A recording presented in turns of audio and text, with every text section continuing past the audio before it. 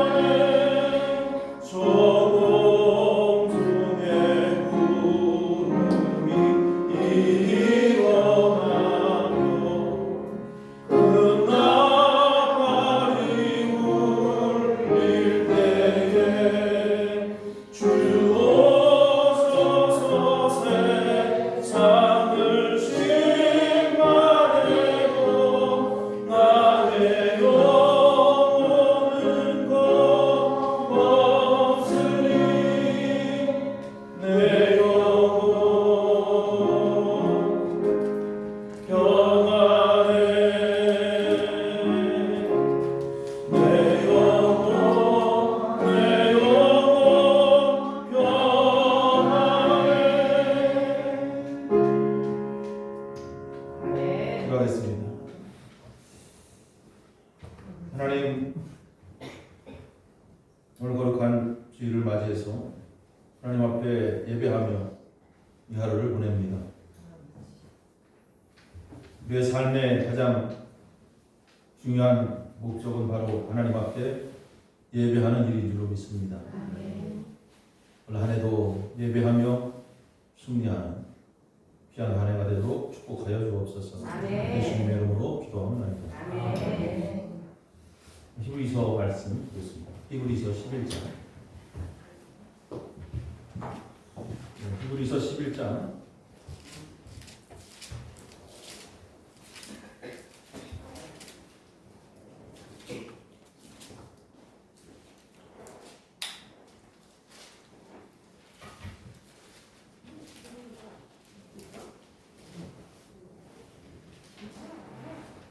히브리서 11장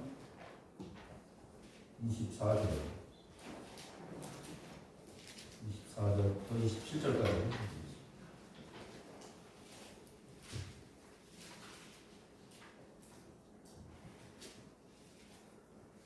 히브리서 11장 24절에서 27절까지 말씀 같이 한번 읽겠습니다.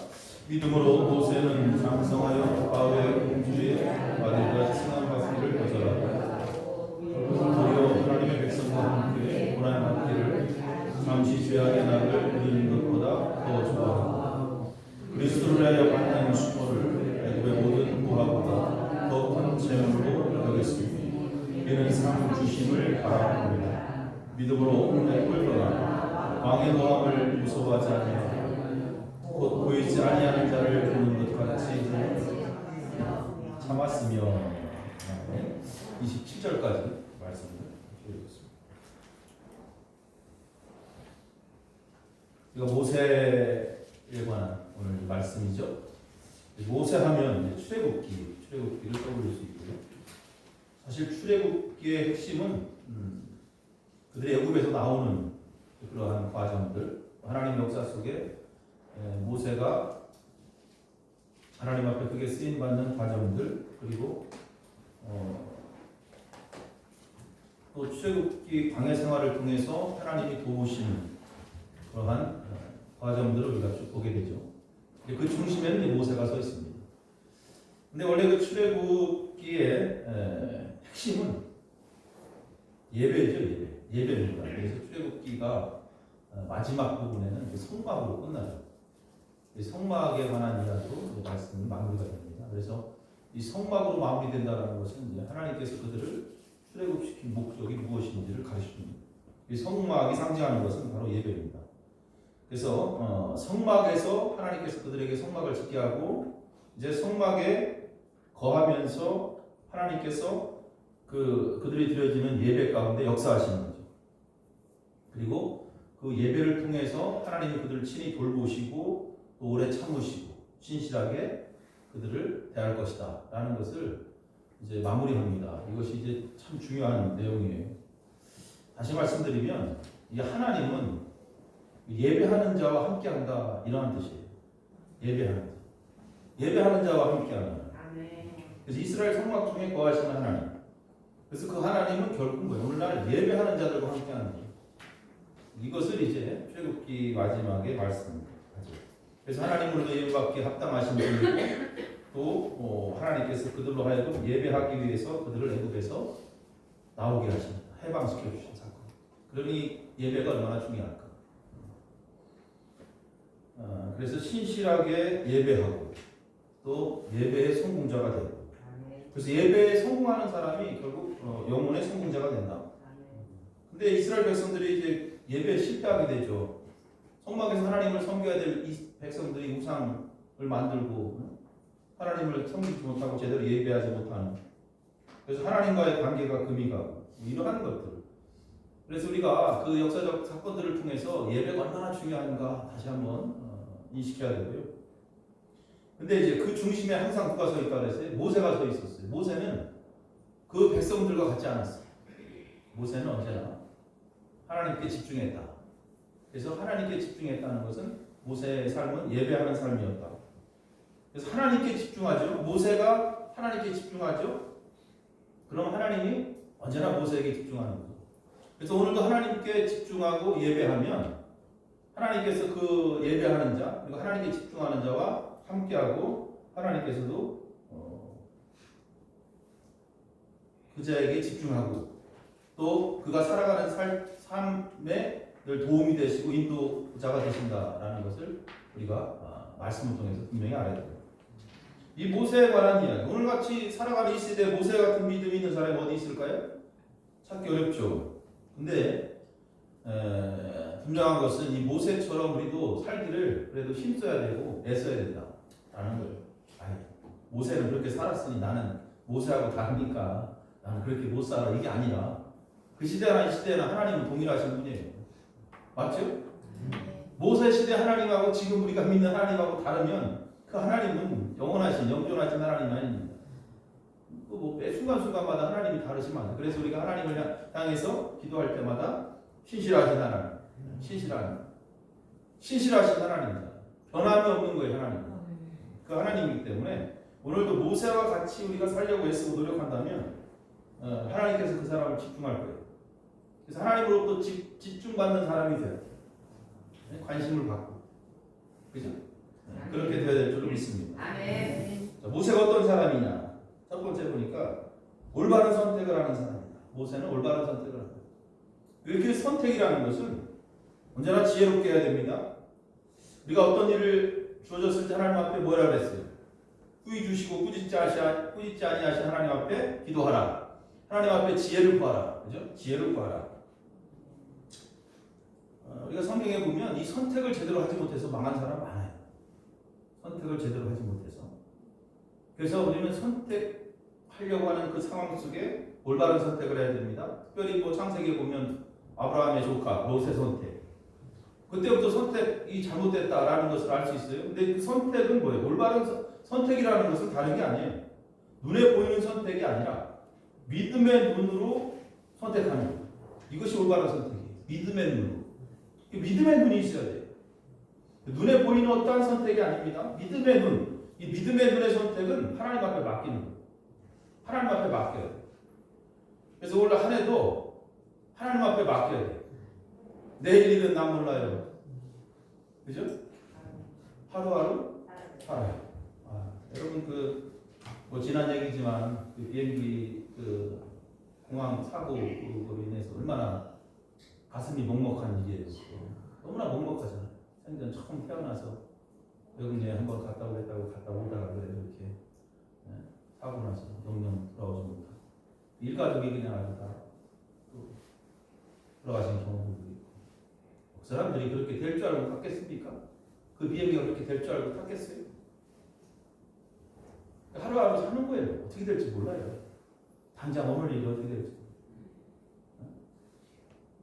하나님 앞에 맡기는 거예요. 하나님 앞에 맡기는 거예요. 이게 지혜로운 선택이다.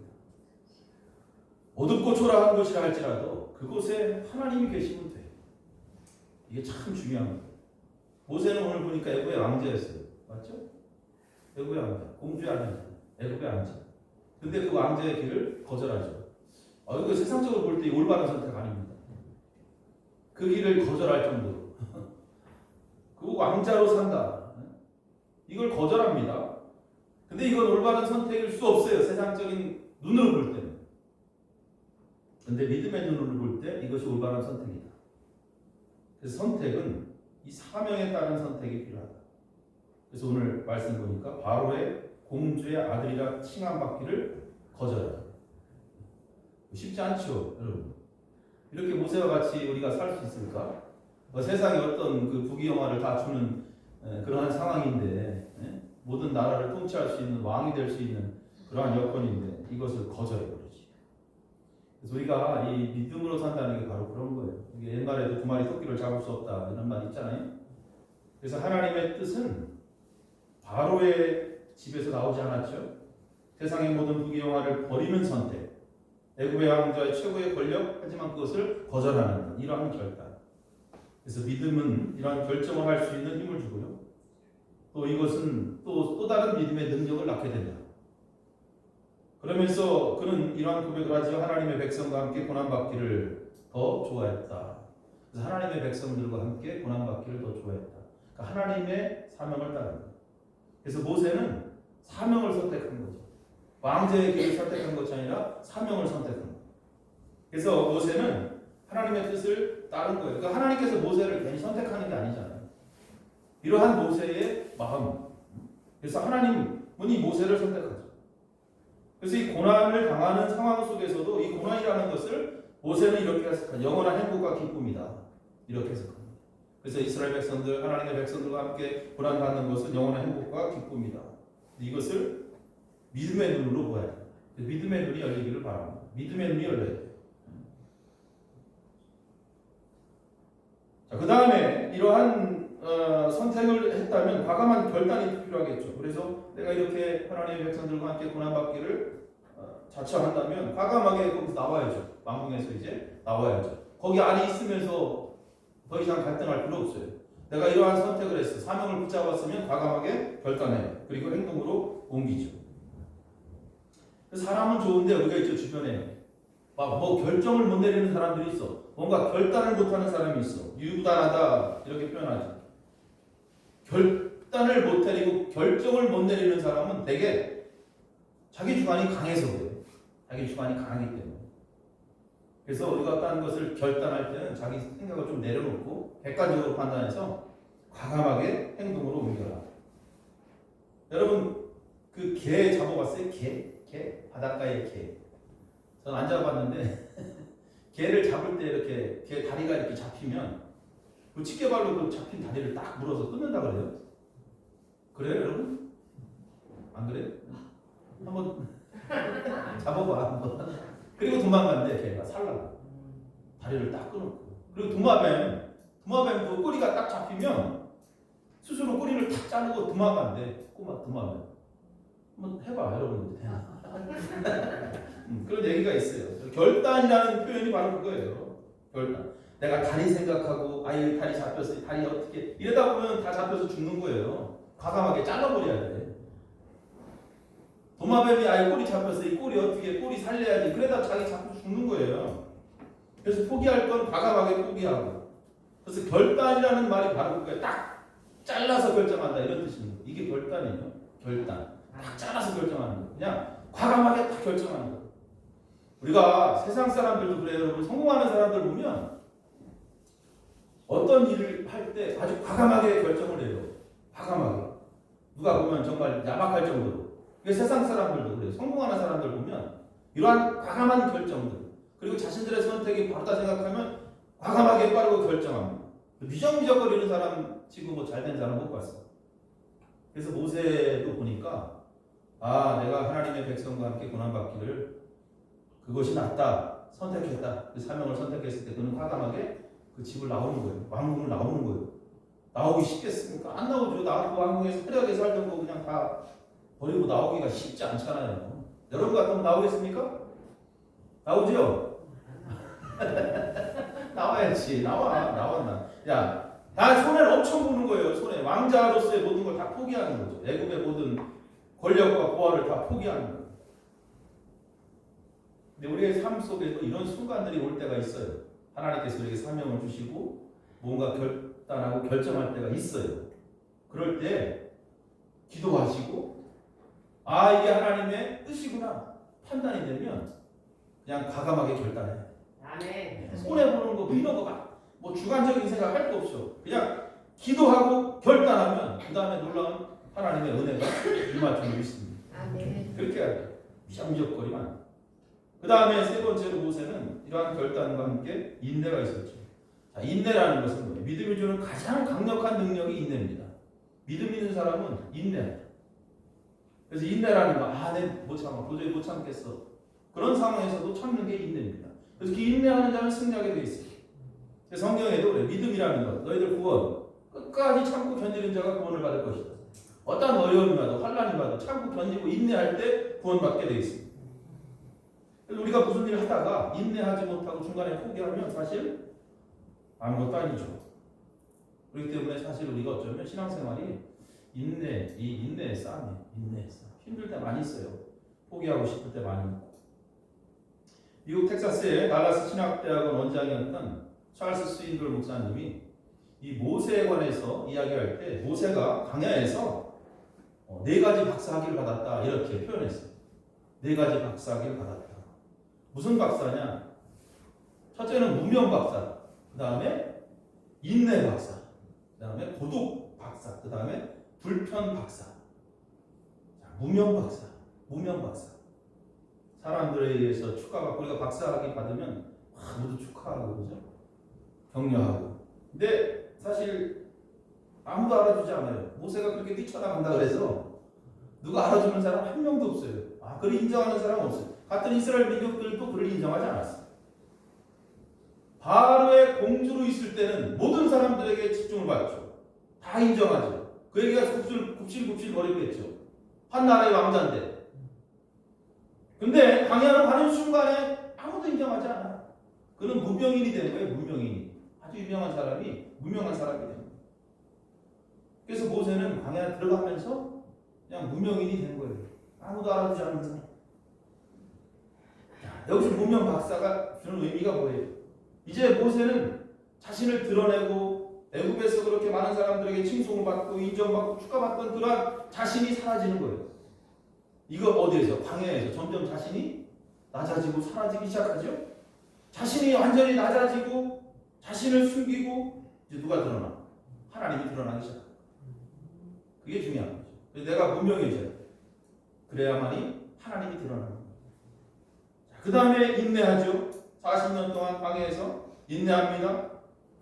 베드로서 3장 8절 말씀해 보니까 하루가 1000년 같고 1000년이 하루 같다. 이 한 가지 잊지 마라. 40년이지만 사실 하나님의 시간은 짧은 시간이에요. 40년 긴 시간. 하루가 1000년 같은 하나님의 시간. 이것을 잊지 말라. 자, 죄의 약속은 어떤 이들이 더딘다고 생각하는 것 같이 더딘 것이 아니라 오직 주께서는 너희를 대하여 오래 참으사 아무도 멸망하지 않냐고 다 회개하게 이르기를 원하신다. 하나님의 인내를 이야기하는 거예요. 인내하신다. 자, 믿음의 아까 말씀드렸죠. 믿음 중에 가장 강력한 능력은 인내라고 말씀드렸죠. 그가 인내합니다. 근데 베드로 전후서를 누가 썼어요? 누가 썼어요? 네? 베드로 썼죠. 베드로 전후서는 베드로가 썼어요. 베드로가 이 말을 쓰기에는 좀 어색하지 않아요? 베드로는 인내하는 사람이 아니었잖아요. 다혈질이야 베드로. 예수님 잡히시던 밤에 인내하지 않잖아요. 그냥 칼로 그냥 귀를 잘라버리죠. 예수님께서 물 위로 걸어오신다니까 베드로 예수님 오시나보다 이렇게 참고 인내하지 않죠. 자기도 물속에 뛰어들어간다고 그냥 뛰어들어가는 베드로. 다혈질이죠. 근데 베드로가 이렇게 쓰는 거예요. 인내하라, 인내하라. 하나님의 시간을 기다릴 수 있어야 된다. 그래서 모든 인생은 그 인생의 시간은 하나님께 달려있다. 하나님께 달려있다. 하루가 천년 같고 천년이 하루 같으니 결국 내가 인내하고 살아가고 참아가는 이 시간들이 긴 것 같지만 하나님 보시기에는 천년이 하루 같아. 그렇기 때문에 결코 길지 않아. 그러니까 인내하는 거예요. 계속 인내하면서 살아가는 거예요.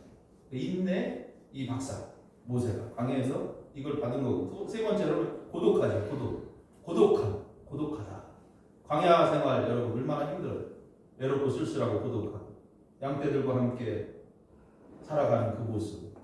그래서 모세의 고독함 속에서 하나님을 경험하죠. 그래서 우리가 오늘도 세상에서 사실 그래요. 신앙생활을 제대로 하고 하려면 참 고독한 시간들이 많이 있어. 주변에 보면 정말 신앙생활 잘하는 사람이 있으면 좋은데 막 세상 사람들 이런 사람 특별히 이제 뭔가 열심히 하려고 하면 자꾸 주변에서 우리를 방해하죠. 그러다 보면 그 친구들과 함께 또 어울릴 수도 없고 어울리기도 그렇고 또 안 어울리자니 그렇고 그러다 보니까 고독한 거예요. 이 신앙생활이 고독한 거예요. 그 외롭고 쓸쓸하잖아요. 주님 앞에 나와서 기도하는 거예요. 그래서 우리가 그러한 상황에 우리는 하나님 앞에 더 묵상하고 하나님 앞에 더 나와서 찬양하고 노아가 산꼭대기에서 방주를 지을 때 얼마나 고독했겠어요. 안 고독했을 것 같아 장로님? 고독했어? 안 고독했을 것 같으면 저기 산호에서 한번 방주 쳐봐. 너 하나로 고독하기만 해봤어. 누가 조롱하고 지나가는 사람들마다 저 뭐 하는 짓이냐고. 그래서 홀로 이 사명을 감당한다는 게 여러분들 한 사람 한 사람에게 하나님이 사명을 다 주셨단 말이에요. 이거를 내가 짊어지고 가는 게 이게 쉽지 않아요. 고독한 거예요. 고독하고 정말 쓸쓸하고 힘든 거예요. 그럴 때 하나님 묵상해야죠. 그럴 때 말씀 묵상해야죠. 그럴 때 자꾸 엉뚱한 생각하면 그때부터 은혜가 떨어지는 거예요. 시험불. 바울과 신라도 하나님 앞에 말씀 전하고 복음 전하다가 감옥에 갇혔죠. 그 감옥 속에서 얼마나 쓸쓸해요. 모세도 광야에서 고독의 시간을 경험합니다. 그럴 때 아마 찬송했을 거예요. 모세도 찬양을 잘했는지 못했는지 몰라도 아무튼 하늘의 별을 보면서 주님의 높고 위대하심을 찬양했습니다. 그래서 하나님과의 관계를 다시 한번 정립하는. 우리가 살면서 고독하고 쓸쓸할 때 그거 하나님 만날 수 있는 시간이고 하나님 만날 수 있는 기회예요. 그런 때 더 하나님 앞에 기도하면 그 순간에 말씀 보면 더 그 말씀이 여러분 시편의 말씀처럼 꿀소리 같이 달고 그 말씀, 그 찬양이 내 삶의 은혜가 되는 거예요. 할렐루야. 고독하다고 실망할 필요 없어요. 믿음의 사람들은 하나님 함께 하시고. 그 다음에 네 번째로 불편한 삶. 그래서 집도 없고 잠자리도 제대로 없는 40년 동안의 광야. 그래서 신앙생활도 마찬가지. 불편할 때가 참 많이 있다. 근데 불편한 것도 아까 똑같아. 고독한 거랑 똑같아. 여러분 편하죠. 너무 편하고 평안하고. 그럼 기도하지 않아. 그 사람. 걱정 없어. 삶 속에 하나님 걱정 없습니다. 걱정 없어서 새벽기도 열심히 하는 사람 없어 보니까. 뭐 걱정이 있고 좀 문제가 생기고 애들 속쓰기고 이러면 새벽기도 하지 말라 그래도 나와. 근데 편안하니까 뭐 안 해도 되니까. 그래서 우리가 불편한 것도 어쩌면 이거 하나님 만날 수 있는 기회예요. 그래서 좀 불편할 때 하나님을 찾을 수 있다. 그래서 하나님께 우리가 신앙생활하면서 불편한 상황이 있을 때 그 원망하지 마시고 그곳에서 하나님을 만날 수 있는 기회다 생각하시면 될 것 같아요. 이렇게 무명, 또 인내, 고독, 불편 이러한 것이 이제 신앙생활하면서 우리에게 더 유익을 줄 수 있다는 것을 이 모세의 삶을 통해서 깨닫는 거예요. 우리가 세상 살면서 그래요. 이런 일 저런 일 다 겪습니다. 그죠? 기쁨도 있지만 또 슬픔도 있고 우리가 모세가 광야에서 이렇게 생활한 것처럼 아무도 나를 알아주지 않아도 또 인내하면서 고독하면서 불편하게 우리가 신앙생활 할 때 있습니다.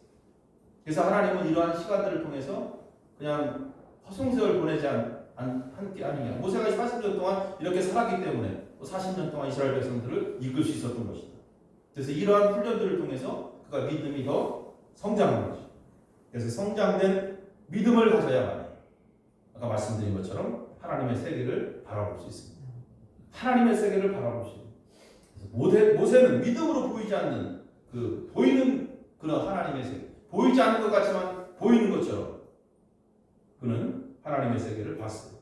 27절 믿음으로 애굽을 떠나 왕의 노함을 무서워하지 않는 곧 보이지 아니하는 자를 보는 것 같이 참았다 그랬어요. 모세는 더 이상 세상 두려움의 대상이 아니었어요. 왕도 두려움의 대상이 아니에요. 그 어떠한 것도 모세에게는 두려움의 대상이 될 수 없었다. 그래서 우리가 믿음으로 이렇게 성장하면 누구만 보여요? 하나님만 보이는 거예요. 하나님만 보이는 사람은 그 누구도 두렵지 않아. 세상에 두려운 존재가 누구도 없어요. 왕의 노함을 무서워하지 않는다. 모세의 이러한 마음을 갖게 된 거예요. 그래서 하나님 바라보고 사는 사람은 절대로 세상으로 인해서 실망하고 실족하고 겁먹을 이유가 전혀 없다. 그래서 오늘도 우리가 하나님께 집중하는 삶을 살자. 하나님께 집중하라. 하나님께 집중하라. 그래서 하나님께 집중하는 거예요. 하나님께 집중하며 하나님 주시는 그러한 삶 속에 그 모든 것들을 다 견뎌낸다면 우리의 믿음도 모세처럼 성장하게 될 줄로 믿습니다. 그 성장돼야만이 하나님 앞에 쓰임받을 수 있고요. 그러한 삶을 살아야만이 오전에 말씀드린 것처럼 승리할 수 있습니다. 그래서 오늘 이 모세의 이 믿음을 다시 한번 잘 보시고 오전에 드렸던 말씀과 함께 여러분 접목시켜서 세상으로 인해서 현실적인 어떤 삶으로 인해서 우리의 신앙을 떨어뜨리는 성장시키지 못하는 그러한 사람들 되지 마시고 하나님이 우리를 어떻게 인도하시든 어떻게 이끄시든 그대로 순종하면서 오늘 모세처럼 그렇게 걸어간다면 여러분 2025년도도 하나님께서 크게 사용하시고 여러분의 삶을 크게 축복하실 줄로 믿습니다. 기도하시겠습니다. 좋으신 아버지 감사합니다. 한 해를 시작하며 오늘 첫 주 여러 가지 많은 생각들 또 많은 은혜들을 저희들이 말씀을 통해서 깨닫습니다. 우리가 어떻게 살아가야 될지 아버지 하나님 특별히 오늘 모세의 그러한 신앙을 본받기를 원합니다. 그 모든 세상의 것을 다 뒤로하고 하나님의 거룩한 뜻을 쫓아 사명을 따라 선택했던 그 모세의 삶이 결국 이스라엘 백성들을 구원하는 놀라운 하나님의 거대한 도구가 되었음을 봅니다. 오늘 오전에 말씀드렸던 온니엘도 역시 하나님의 귀한 사명을 따라 그가 하나님 앞에 섰을 때 그는 또 이스라엘 백성들에게 희망을 주는 평안을 주는 그러한 큰 도구가 되었습니다. 아버지 하나님 세상의 많은 사람들 가운데 일찍이 저희들을 불러주시고 택해주신 하나님의 귀한 뜻이 있는 줄로 믿습니다. 그동안 우리를 훈련시키고 또 단련시키고 아버지 큰 믿음을 주시기 위해서 지금까지 인도하신 하나님 아버지, 이제 올 한 해는 저희 군산 나사렛교회 모든 성도들이 하나님 앞에 크게 쓰임받기를 원합니다. 더 믿음으로 성장해서 아버지 하나님의 귀한 사명을 이 땅 가운데 이루고자 하는 귀한 자들 되도록 저들을 축복하여 주시옵소서. 오직 하나님께 집중하는 말씀 붙잡고 찬양하며 그렇게 승리하는 저들의 삶이 되게 하여 주옵소서. 거룩하신 예수님의 이름으로 기도하옵나이다. 아멘. 함께 기도를 하시겠습니다. 하늘에 계신 우리 아버지, 이름이 거룩히 여김을 받으시옵소서. 따라가지 마시고 하늘 듯이 하늘에서 이루신 것 같이 땅에서도 이루어지리이다. 오늘 우리가 양식을 주시옵소서. 우리가 내게 죄 지은 자를 사해 준 것 같이 우리 죄를 사해 주시옵소서. 우리를 시험에 하지 마시고 다만 악에서 구하시옵소서. 내게 나라와 권세 영광이 아버지께 영원히 있사옵나이다. 아멘.